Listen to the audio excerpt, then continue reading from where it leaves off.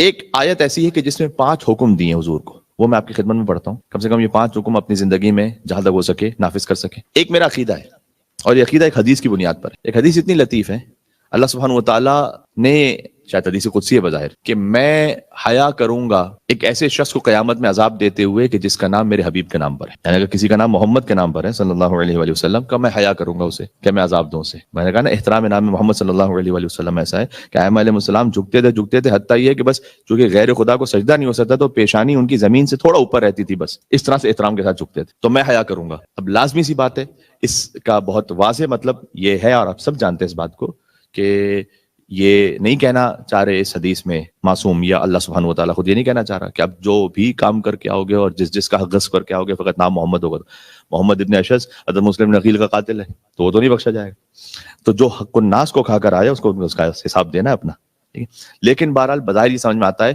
کہ اگر کہیں پر کوئی کوتاہی ہو گئی تھی جو عمدن نہیں تھا، یا کبھی انسان فراموش کر دیتا ہے کسی بات، مسٹیک کر جاتا، یہ حق اللہ میں کوئی کمی رہ گئی، اگر نام محمد ہے تو اللہ کہتا ہے کہ مجھے حیا آئے گی کہ میں تجھے عذاب دوں اس لیے کہ تیرا نام میرے حبیب کے نام۔ اب آپ غور کیجئے گا کہ جس کا نام اللہ کے حبیب کے نام پر ہے، اللہ اسے عذاب دینے میں حیا کرے، تو جس کی زندگی میں کم سے کم کوئی ایک صفت رسول اللہ کے نام کی، تو اللہ سبحانہ و تعالیٰ بطریق اولیٰ شاید اس کو معاف فرمائے۔ اور میں یہ یقین رکھتا ہوں اس بات کہ آپ حضور مکرم کے صفات کو پڑھیے، ان کی عادات کو پڑھیے اور طریقہ کار کو پڑھیے، اس میں سے کوئی ایک صفت خاص اس نیت سے آپ اپنی زندگی میں ریگولر رکھیں کہ میں چاہتا ہوں کہ اپنے آپ کو جوڑوں میں قیامت میں رسول اللہ صلی اللہ علیہ وسلم سے۔ مثلاً کیا؟ مثلاً سلام میں پہل کر، یہ حضور کی صفت ہے۔ اب میں یہ نہیں کہنا چاہ رہا کہ آپ 1 دن 2 دن یہ کام کریں کچھ جوش میں آ کے، وہ کیجیے، لیکن کسی کی زندگی کا روٹین ہوئی۔ کئی مرتبہ آسان نہیں ہے، کئی مرتبہ آپ نے 1-2 کو سلام کیا، اس نے جواب نہیں دیا، آپ کہتے ہیں یار چھوڑو کون منہ لگے گا۔ آپ جانتے ہیں کہ فرض کریں کوئی شخص کسی کے دل میں کینہ ہے ہمارے لیے، لیکن گزر رہے سلام کریں، چاہے اس نے جواب نہیں دیا، کیوں؟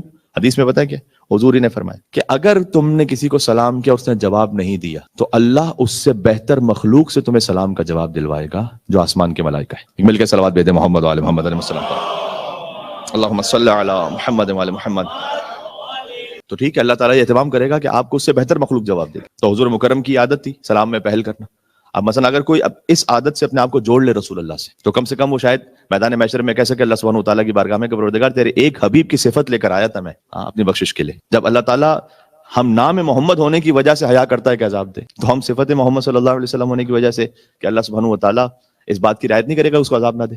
اچھا آپ دیکھیے گا کہ حضور مکرم نے اپنی ان صفات کے ذریعے سے کیسے ایک انقلاب کو برپا کر دیا۔ جب ہرات سے تشریف لائے تھے، پہلی وحی نازل ہوئی تو کوئی استقبال نہیں تھا رسول اللہ کا، پتھر پھینکتے تھے لوگ، کانٹے بچھاتے تھے، آوازیں کستے تھے، سیٹیاں بجاتے تھے، حضور پر نعوذ باللہ غلاظت پھینکتے تھے۔ اور ایک وقت ایسا آیا کہ پھر حضور کے وضو کے پانی کے قطروں کو جمع کرتے تھے، اور جب حضور مکرم نے حج کی وجہ سے جب اپنے بال تراشے تو ان بالوں میں سے کوئی ایک بھی باقی نہیں بچا اور ہر ایک تبرک کے طور پر لے کے چلا گیا۔ تو یہ کیا تھا؟ اب حضور طائف پہنچے تو آپ جانتے ہیں کہ وہاں پر کتنے ان پر مصائب آئے اور لہو لہان ہو گئے تھے۔ یا میں اسلامیات کی کتاب میں پڑھایا جاتا ہے کہ جب طائف میں حضور پر سنگ باری ہو رہی تھی، حتیٰ ان کے جو نالین مبارک تھے وہ خون سے تر تھے، یعنی اس قدر مصائب کی کیفیت ہے کہ بیان سے باہر ہے۔ اب حضور مکرم طائف سے نکلے کچھ دیر کے لیے، جو بھی قریہ تھا وہاں سے کچھ دیر کے لیے نکلے تاکہ کچھ سستا لے، کچھ آرام کریں۔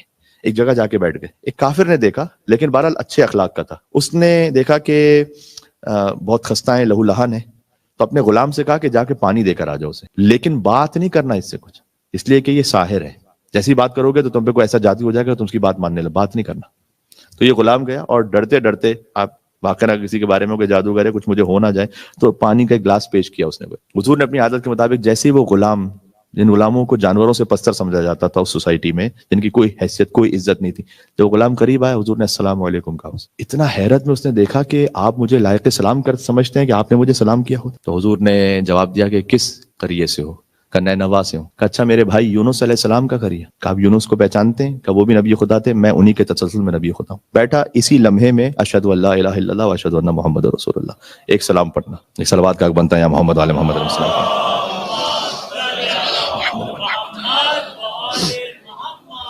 افقہ الناس مع الصبیان، مثلا دوسری صفت رسول اللہ کی ہے، بچوں کے ساتھ سب سے زیادہ مزاح کرنے والے رسول اللہ تھے۔ ایک مرتبہ آپ حضور مکرم کی شخصیت کو پہچانتے ہیں، ان کا عالم بالا سے تعلق، نور الانوار ہیں، معراج پہ حضور کا جانا، اور ایک مرتبہ یہ کہ یہ مختصر جس ہم کہتے ہیں چھوٹی چھوٹی صفات، بچوں کے ساتھ حضور کا تعلق، افقہ الناس مع الصبیان، سب سے زیادہ بچوں سے مزاح کرنے والے رسول اللہ تھے۔ یہاں ان کے نواسوں کی بات نہیں ہو رہی، ان کے نواسوں کے لیے تو وہ ناکہ بنتے تھے اللہ کے حکم سے، یہاں تو ایک عام بچوں کی بات ہو رہی ہے، سب سے زیادہ بااخلاق سب سے زیادہ بچوں سے مزاق کرنے والے رسول اللہ تھے۔ تو اس طرح سے حضور کے اخلاق کے بارے میں تو آپ جانتے ہی، آپ کو بار بار بیان کیا جاتا ہے، اس کو سب سے پہلے آپ اپلائی کیجئے گا اپنے گھر میں۔ سب سے پہلے اس کا جو معاملہ آتا ہے وہ گھر پہ آتا ہے۔ کیوں؟ قرآن کریم میں اللہ تعالیٰ نے شیطان کے کچھ کام بتلائے، ان میں سے ایک کام یہ ہے کہ انما یرید الشیطان ان یوقع بینکم العداوۃ والبغضاء، یہ سورہ مائدہ کے نمبر 91 ہے کہ شیطان کہہ رہا ہے، آپ نے آیت سنی، انما یرید اللہ لیذھب عنکم الرجس اہل البیت ویطہرکم تطہیرا، اللہم صل علی۔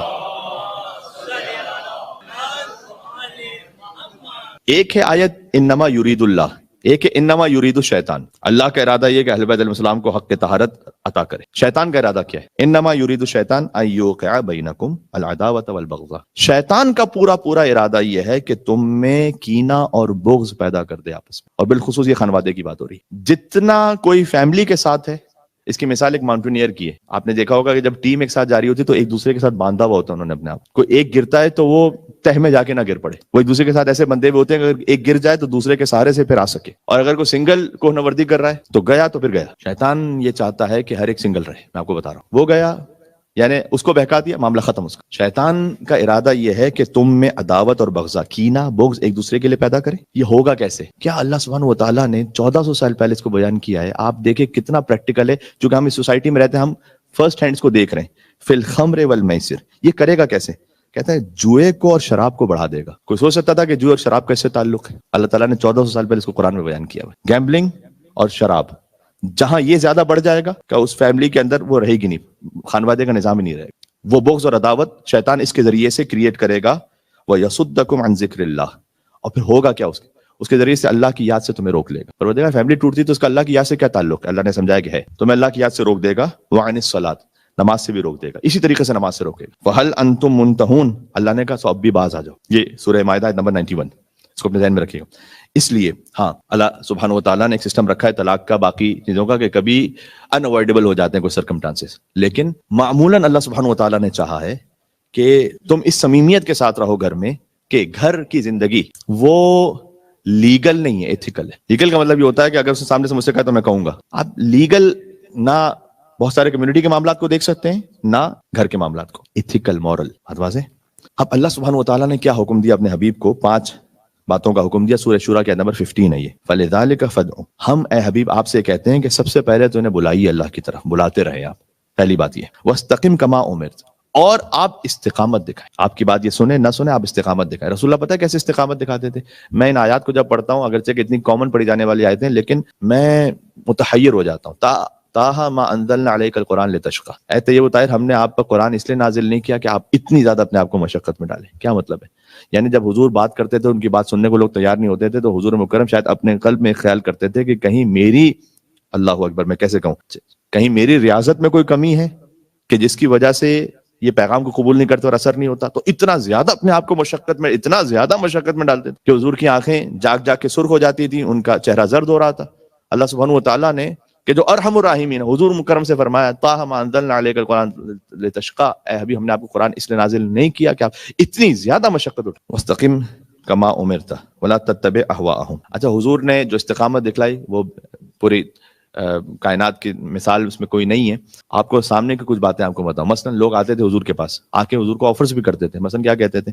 مثلا ایک دفعہ یہ کہا گیا کہ کیوں ہم آپس میں اتنے جھگڑے میں پڑے، ایسا کرتے ہیں کہ 1 سال آپ کے خدا کی عبادت، 1 سال ہمارے بتوں کی عبادت، معاملہ سیٹل۔ یہ آپ کو بہت سارے آج بھی دنیا کے ایسے معاملات میں لوگ اس قسم کی باتیں کرتے ہوئے نظر آئیں گے۔ ایسا کرتے ہیں یار یہ کوئی کامن گراؤنڈ پہ آ جاتا۔ حضور نے کہا نہیں، کامن گراؤنڈ نہیں ہے، یہ کامن گراؤنڈ نہیں ہے۔ تو کون سا سورہ نازل ہوا تھا؟ سورہ کافرون۔ قل یا ایھا الکافرون لا اعبد ما تعبدون، اے کافروں، اے رسول آپ کہیے کہ اے کافروں، یعنی جو ڈس بلیورز جنہوں نے اللہ کو قبول نہیں کیا، لا اعبد ما تعبدون، میں عبادت نہیں کرتا ان بتوں کی جن کی تم عبادت کرتے ہو، ولا انتم عابدون ما اعبد، نہیں تم عبادت کرتے اس خدا کی جس کی میں عبادت کرتا ہوں، ولا انا عابد ما عبدتم، اور یہ بھی سن لو کہ فیوچر میں بھی کبھی نہیں کروں گا ان بتوں کی عبادت جن کی تم عبادت کرتے ہو۔ اس پہ کوئی کمپرومائز ہے ہی نہیں، ولا انتم عابدون ما اعبد، اور میں بھی جانتا ہوں کہ تم مستقبل میں اس خدا کی عبادت نہیں کرنے والے جس کی میں عبادت کرتا ہوں۔ تو اب کیا کریں؟ لڑیں جھگڑیں ایک دوسرے کو ماریں، کہیں لکم دینکم ولی دین، تمہارے لیے تمہارا دین، میرے لیے میرا دین، مکس نہیں ہو سکتا۔ یہ پیسفل کو ایگزسٹنس، مطلب ہے فاستقم کما امرت، آپ استقامت دکھائیے کہ ہم یہ ایکسیپٹ نہیں کر سکتے۔ حضور کے پاس کچھ لوگ آگے کہتے تھے کہ ہم آپ کا دین قبول کرنے کے لیے تیار ہیں، لیکن یہ رکوع سجدہ ہم سے نہیں ہوتا، نماز ہم نہیں پڑھ سکیں گے۔ اچھا، نماز نہیں پڑھ سکیں گے؟ مجھے لگتا ہے کہ جیسے آج بھی کچھ لوگ اسی طرح سے۔ حضور نے بتایا کہ لا خیر فی دین لیس فی رکوع و سجود، اس دین میں کوئی خیر ہے ہی نہیں جس میں رکوع اور سجدہ نہ ہو۔ ہم آپ کی بات کو ایکسیپٹ نہیں کر سکتے. فاستقم کما امرت، جو اللہ نے کہہ دیا آپ اس پہ استقامت دکھائیے. ایک شخص نے آ کر، یہ غدیر کا پورا موضوع ہے، ایک شخص نے آ کر حضور مکرم سے بالکل سٹارٹ میں یہ کہا کہ آپ مکہ میں جب تھے حضور، کہ میں آپ پر اپنے پورے قبیلے کے ساتھ ایمان لے کر آؤں گا، اور میرا قبیلہ اتنے ہزار لوگوں کا ہے، ہمارے پاس اتنا اسلحہ ہے، اتنی تلواریں ہیں، اتنی زرہیں، اتنے گھوڑے، اتنے اونٹ، یعنی کائنڈ ہی واز اے بلینر اپنے زمانے کا. اس نے آ کر حضور سے کہا کہ میں آپ کے پورے دین کو مانوں گا، میری ایک کنڈیشن ہے، آپ کے بعد آپ کا جانشین میں ہوں. اب وہ ابو سفیان کی اس تھیوری کے مطابق سمجھ رہے ہیں کہ یہ حکومت چل رہی، یہ ملوکیت ہے. وہ جو حضور کے چچا حضرت عباس نے نہیں کہا تھا کہ جب حضور مکرم فتح مکہ آخری رات ہے، اگلے دن مکہ فتح ہونے والا ہے، اور مکہ سے باہر مسلمانوں کا لشکر رکا ہوا ہے، اور ابو سفیان جو بڑے جنگوں کا ماہر جا دیکھ چکا ہے، بہت سی جنگیں، وہ پہاڑ کے اوپر چڑھ کے دیکھ رہا ہے کہ لشکر کتنا بڑا ہے. تو اس کے بعد ابو سفیان نے یہ کہا کہ اے عباس، تمہارے بھتیجے کی حکومت بہت بڑی ہو گئی. تو حضرت عباس نے کیا جواب دیا تھا کہ تم اب بھی اسے حکومت سمجھ رہے ہو، حکومت نہیں، یہ نبوت ہے میرے بھتیجے. بعد میں خیر اسلام کے ساتھ یہ ستم ہوا کہ بعد میں خود ابو سفیان اور ان جیسے لوگ جو ظاہر میں اسلام لے آئے تو اب حکومت اور نبوت مکس ہو گئی، اور اس خاطر ہے کہ پھر بعد میں رسول اللہ کی خلافت اور حکومت اور ملوکیت سب مکس ہو گیا، جس کو بعد میں امام حسین علیہ السلام نے آ کے الگ کیا کربلا میں. یہ 28 رجب سے ایک مناسبت بھی ہو گئی آج کا جملہ، تو ذرا غور کیجیے گا.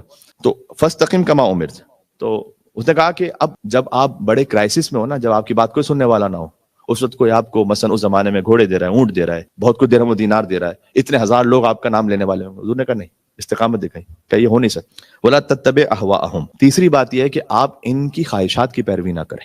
بہت واضح پہلے اس کو بیان کر دیں کہ آپ ان کی خواہشات کے پیچھے نہیں چل سکتے، آپ کو جو ہم حکم دے رہے ہیں وہ کریں. وقل آمنت بما انزل اللہ من کتاب، اس کا مطلب کیا ہے کہ اچھا اخلاق ہونے کا یہ مطلب نہیں ہے کہ آپ کمپرومائز کرتے جائیں گے، اچھا بڑی سی بات کریں، ٹھیک ہے نا، ایسا نہیں ہوگا. جو ہم آپ کو حکم دے رہے ہیں آپ کو وہ چلنا ہے. ولا تتبع اهواءهم وقل آمنت بما انزل اللہ من کتاب، اور آپ کہیے کہ میں تو اسی پر ایمان لے کر آیا ہوں کہ جو اللہ نے مجھ پہ نازل کی، اس کے علاوہ نہیں ہو سکتا. وَأُمِرْتُ لِأَعْدِلَ بَيْنَكُمْ، اور اللہ نے مجھے حکم دیا کہ تمہارے درمیان عدل کروں، اس لیے کہ عدالت وہ شے ہے کہ جو ہر مذہب میں مرغوب و محبوب ہے. میں عدل کرنے کے لیے آیا ہوں. اللہ ربنا و ربکم، اللہ ہمارا رب بھی ہے تمہارا رب بھی ہے. لنا اعمالنا ولکم اعمالکم، سب باتیں واضح ہو جانے کے بعد تمہارے لیے تمہارے اعمال ہیں، ہمارے لیے ہمارے اعمال ہیں. ولا حجت بیننا و بینکم، اس سے اچھی فیئر بات ہو نہیں سکتی تھی. ولا حجت بیننا و بینکم، اب تمہارے اور ہمارے درمیان کوئی حجت باقی نہیں رہ گئی، اب کچھ کہنے کے لیے رہ نہیں گیا. Every is clear now. اللہ یجمع بیننا، اللہ جمع کرے گا ہمیں قیامت میں، والیہ المصیر، جانا اسی کی طرف ہے، وہ فیصلہ کرنے والا. یہ سورہ شورا کی آیت نمبر 15 ہے، جس میں حضور مکرم کو یہ اصول دیا گیا.